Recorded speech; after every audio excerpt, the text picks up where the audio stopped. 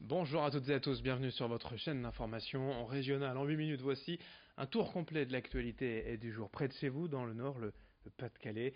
Voici le journal de la rédaction avec d'abord vos prévisions météo. Un temps ensoleillé, certes, mais plutôt frais, voire même froid.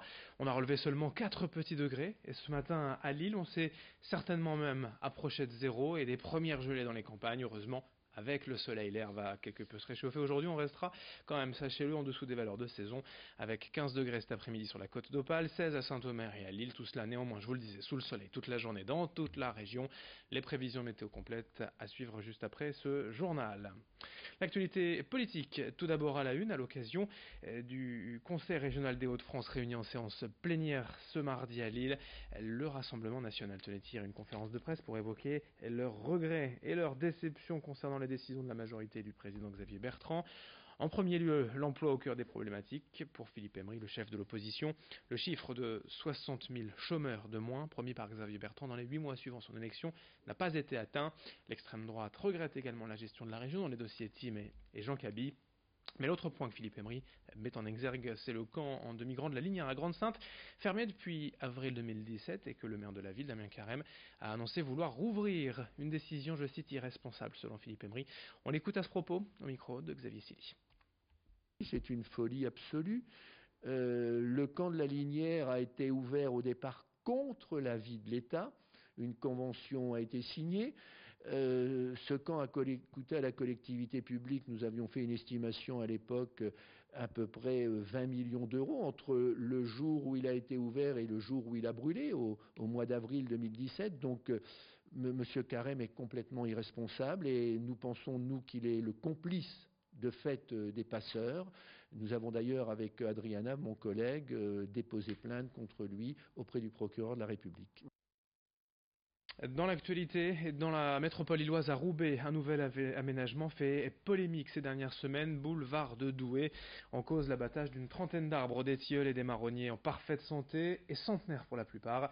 La volonté de la mairie est de favoriser les transports alternatifs, notamment le vélo, avec une grande piste cyclable, et donc l'actuelle chaussée sera réduite, mais pour cela la ville doit abattre ces grands arbres. Elle prévoit de les remplacer néanmoins par de nouvelles plantations, mais qui seront du coup plus fragiles. Les défenseurs de l'environnement s'organisent et ont mis en ligne une pétition. Un adjoint au maire de Roubaix s'en explique au micro de Xavier Silly.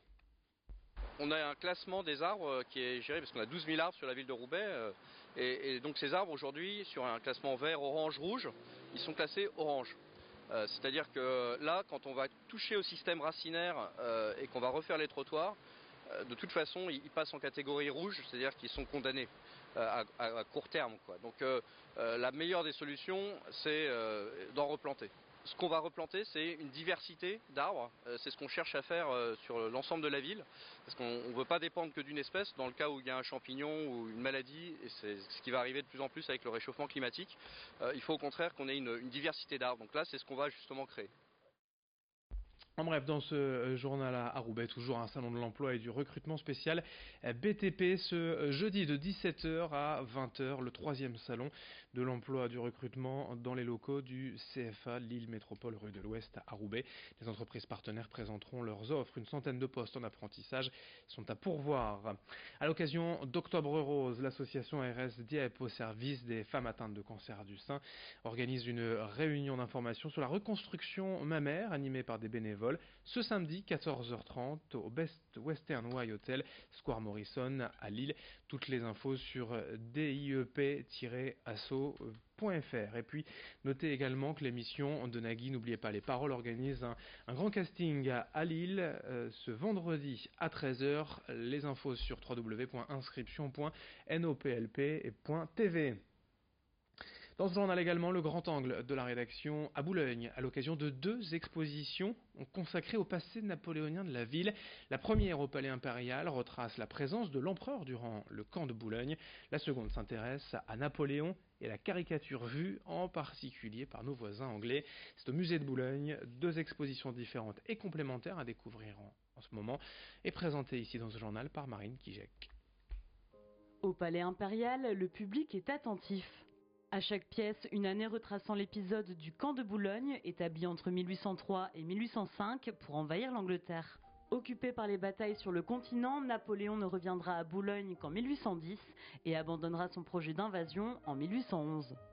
Uniformes, armes, légion d'honneur, les visiteurs sont plongés dans ce passé boulonnais grâce aux explications de Lucie.